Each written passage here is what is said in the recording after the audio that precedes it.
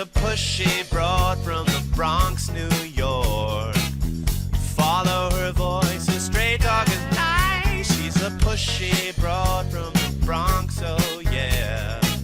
Don't be surprised if you wanna listen twice. Make decisions, find the right choice. Know yourself better, find your own voice. It's okay if you need help today, cause everybody needs a little push. From the pushy broad from the Bronx, New York.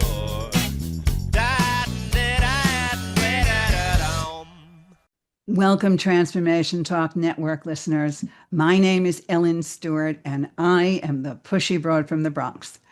Welcome to my show, Recovery Recharged, where we share advice and support from experts in addiction and recovery.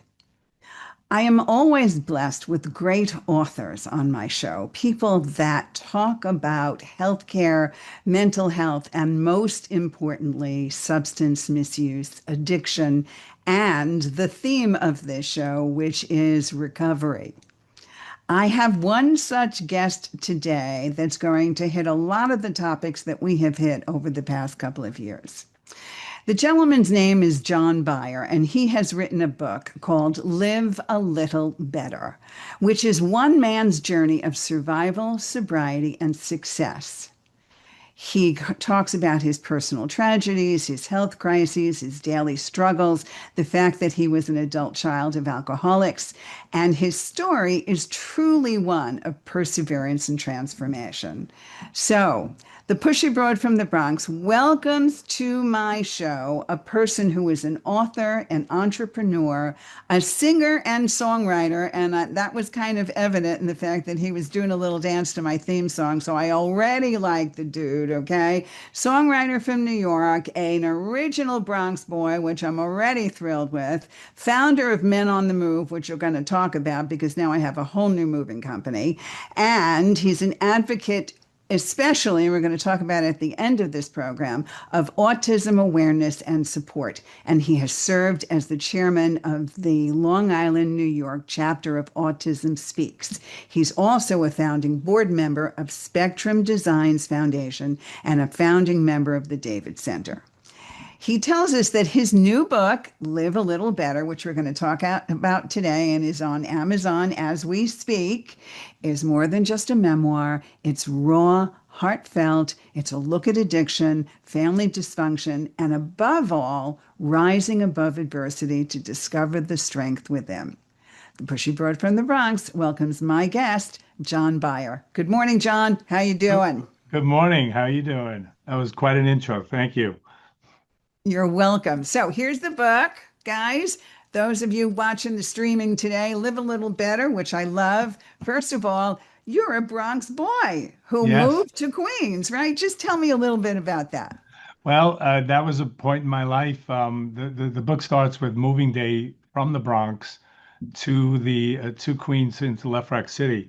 And that was a bit of a fall from grace because we lived in the good section of the Bronx called Riverdale. My father was doing very well at that point for a while there in business, but unfortunately his alcoholism was taking over and it was a fall from grace. And they were separating.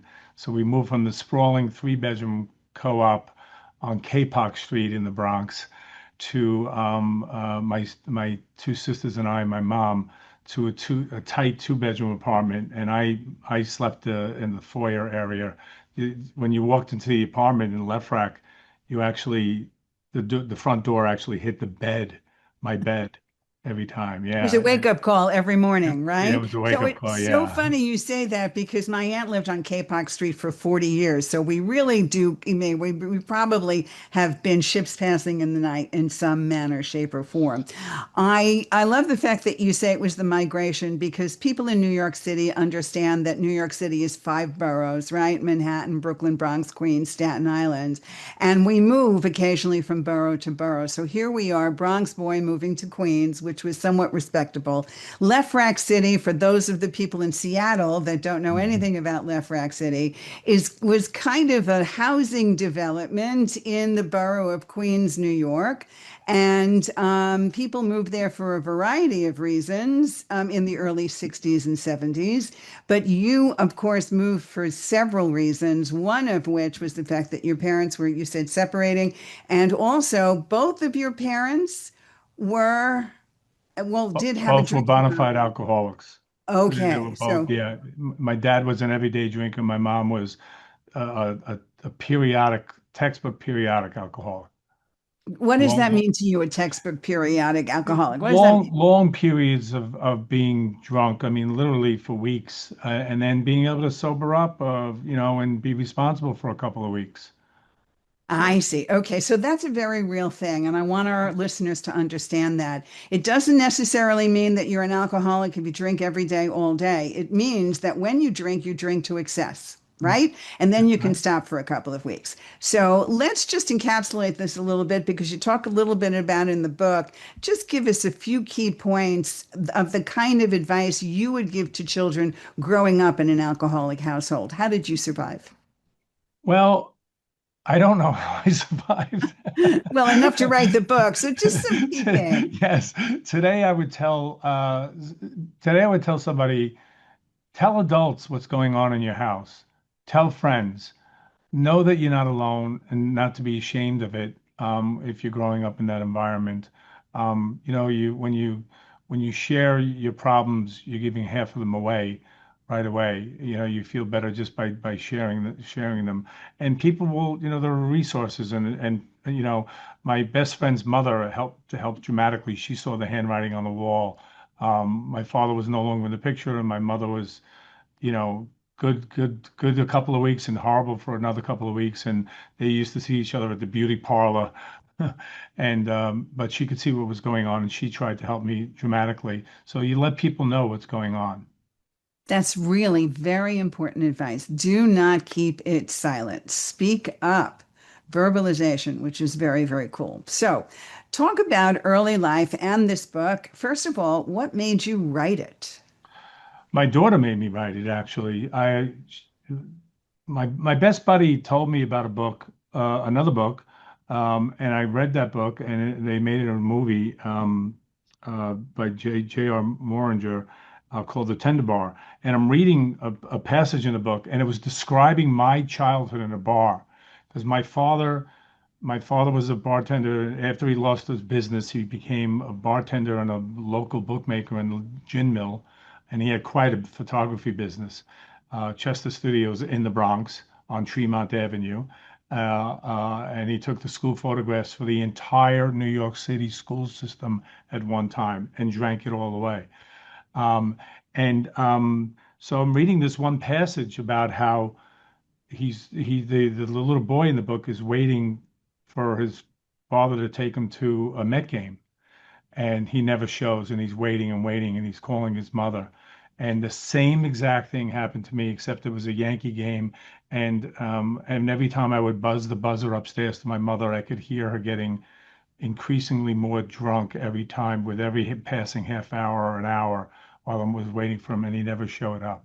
It's one of the most painful memories, repeated occurrence memories of my childhood. About how old were you? 10, 10 years So old, little this boy. this goes way, way back, and you see that Yeah. and you feel that, and that trauma comes back to you. And it is happening in families all across the world. So these were certainly some very difficult stumbling blocks. You said that your daughter wanted you to write the book. What'd she say? Well, I was telling her about the other book and how I was effusive about it, and I thought it was so inspiring and really very good book. And she just suddenly turned and said to me, "Dad, you have an incredible story to tell. You have to write this book." And if you know my daughter, she's freaking relentless. So the badgering brought this book, right? Yeah, she's Live a my little daughter, is better. what she There is. you go. Okay. So it And was and love and badgering. She I was get she it. badgered me for months, and then I hired Glenn Plaskin to help me write the book, and And it is meant to inspire people and let people know that there are choices and that you can live a little better. And live a little better comes from the billboard that was on the expressway that advertised the housing development that we moved to. And that's where that came from. Really? So Left City's billboard was live a little better, and that was a great slogan. That's really amazing. It actually kind of coincides with the things that we talk about in getting a little better every single day, right? One day at a time, and the Japanese Kaizen method of let's just be 1% better per day, right?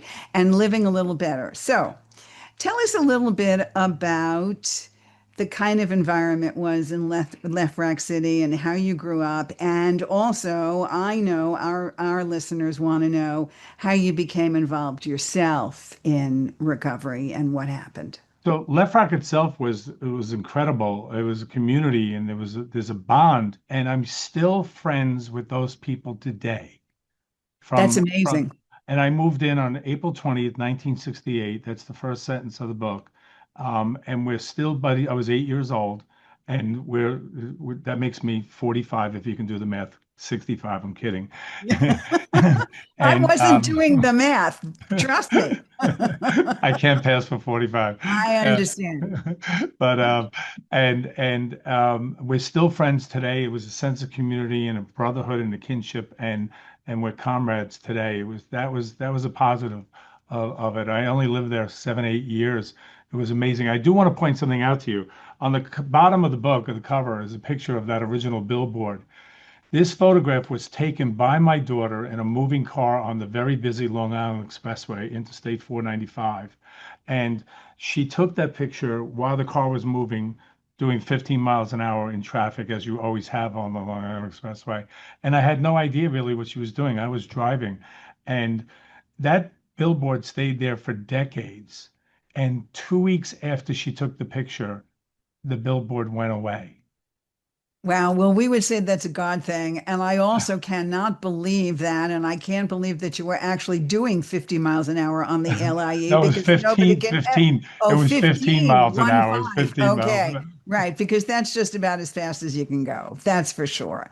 No question. Okay. So let's talk a little bit about your struggles in substance misuse. Right. Let's You know, get I, it. I just drank differently from the beginning. I don't know if What it's does that genetic. mean? Wait, John. What does drank differently mean?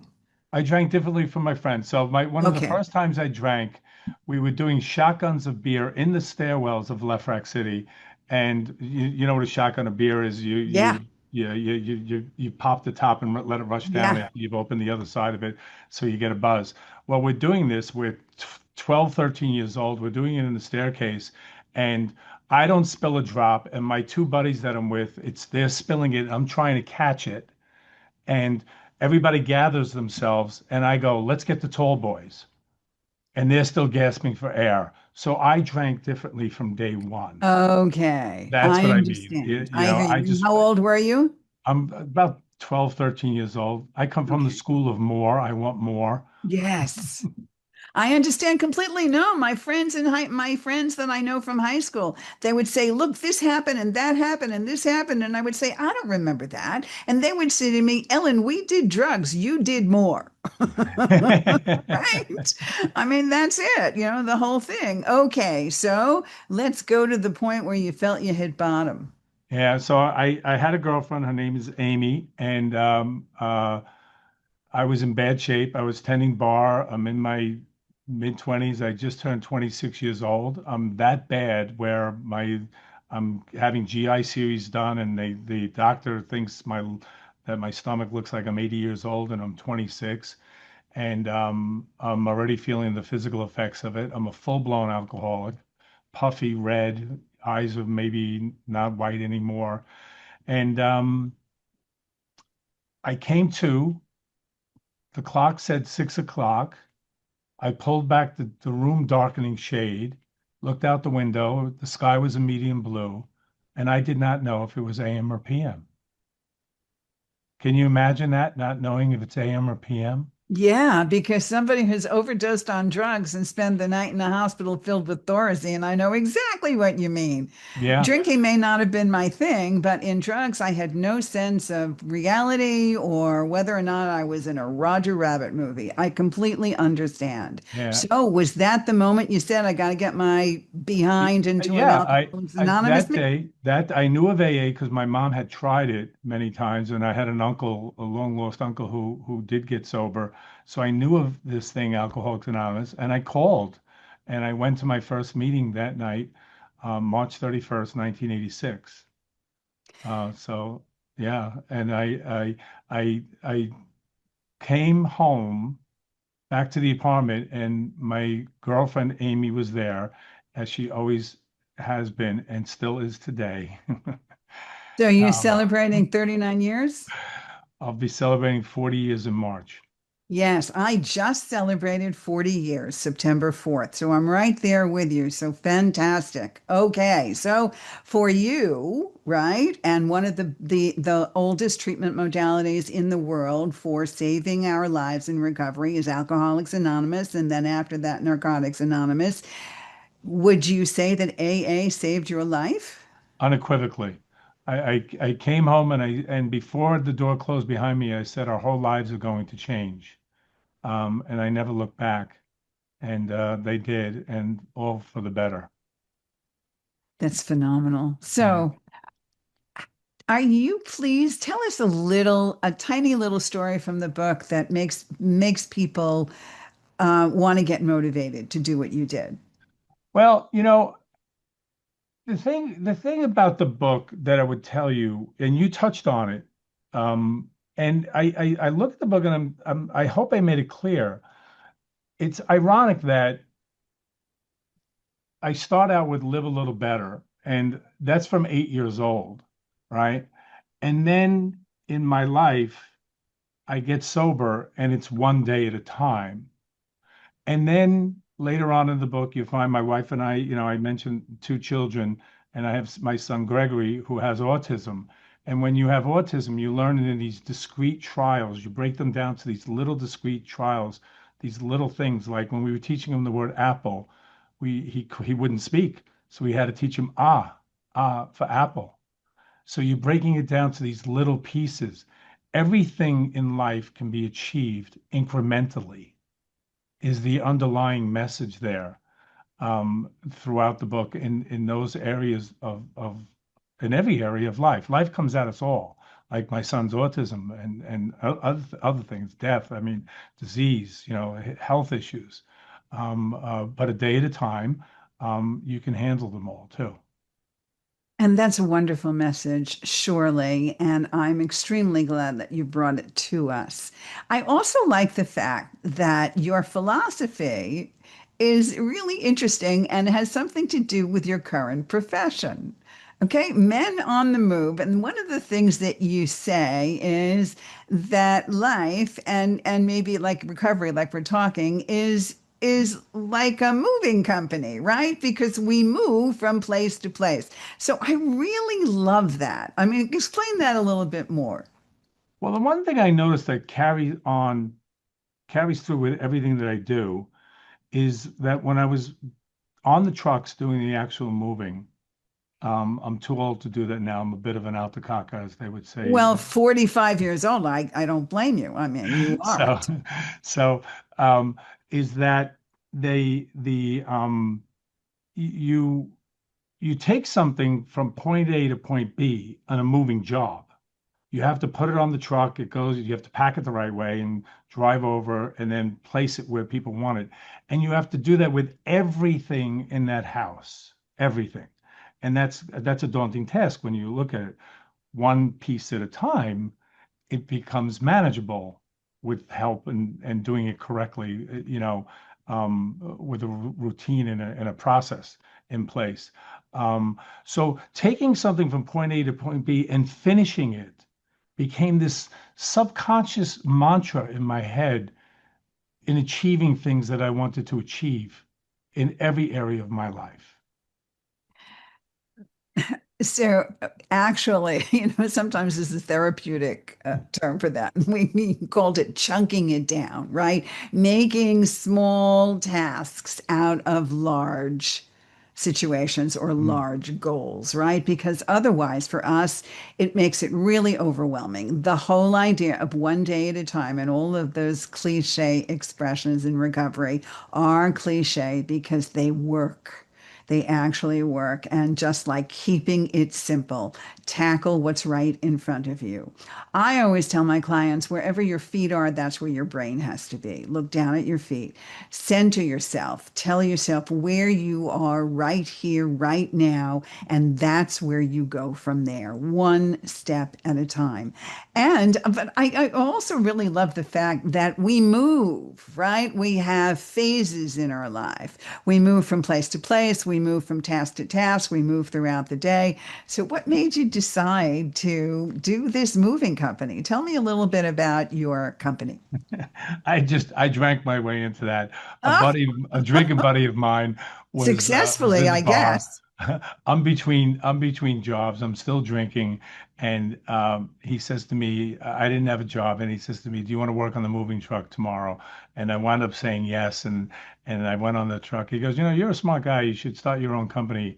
After just being there a few weeks, he made me foreman, and then he pushed me to start my own company. We worked together for many, many years. He and I are still very good friends. We speak every other day. And that's how I got into it. My drinking buddy, John, who's in the book. He has quite a story himself. And he's in recovery now, too, by the Yes. grace of God. Okay. So, is Men on the Move a local company or a national company? We go up and down the East Coast. We're probably the largest independently owned moving company on Long Island, though. Okay. First generation for sure. Yeah. Yeah. Well, Yeah. if anybody from Seattle this morning is making a move, there's a good moving company out there. Now, tell me a little bit. You've been mentioning your friends along the way. Have you had lives different from your friends? I mean, do you have the friends still, or are there friends that didn't do as well as you in recovery? Yeah, I mean, there's a few of us that have done extraordinarily well, and we're still together. But we hang out with the guys that are, that just did okay too. And one's a retired cop now, and this one did this, and this one did that, and yeah, we're still all very much in touch with each other, and we get together 5, 6, 8 times a year. Yeah. I want to touch just briefly because we only have about 3 minutes left, but I want to touch just briefly on your work as the chairman of the Long Island chapter of Autism Speaks. Tell us a little bit about what's going on and how you serve the community. Well, Autism Speaks is quite an organization, and they focus a lot on research and legislation to help families across the country and bring awareness to autism. I'm more involved with another organization in the last several years called Spectrum Designs that my son-in-law founded. My son Greg went to a camp, and this young man named Patrick came over from Wales on the Camp America program. And long story short, he winds up meeting my daughter. And as the story goes, they got married, and I have a beautiful granddaughter as a result, with another one on the way. And he started a nonprofit called Spectrum Designs that makes hats and embroideries, and he employs 40 plus people on the spectrum locally here on Long Island. And he's knocking it out of the park. He's something else. Patrick Bardsley from Spectrum Designs.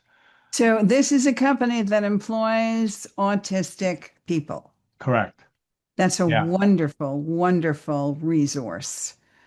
Fantastic. Yeah, Okay, so 80 something percent are unemployed. So this gives them jobs, gives them something to do. It's wonderful. sounds fantastic. How has your recovery benefited from working and being involved with an autistic child as a parent and then your work? How do you strengthen your recovery every day? I still go to meetings. Okay. I still go to 4 meetings a week, probably at a minimum. I Well, enjoy that's going. They're my friends. So that there's still a foundation there, and I love going. I would tell you that you practice the 12 step. You have to practice these principles in all your affairs. So when you give back, all I want to do now is give back to the community. It's not about me. It's about giving back. All the proceeds from my book are going to Spectrum Designs. I'm just announcing that here now for the first time. I haven't even told them that, and I'm hoping it makes a lot of money so that they do it. It is a 501(c). I really hope that as well. The book is called Live a Little Better. It's by John Beyer. You can find it on Amazon right now. Please help give back. John, thank you so much for being with me today. It was wonderful to talk to you. This is the Pushy Broad from the Bronx saying thanks for listening, and we'll see you next time.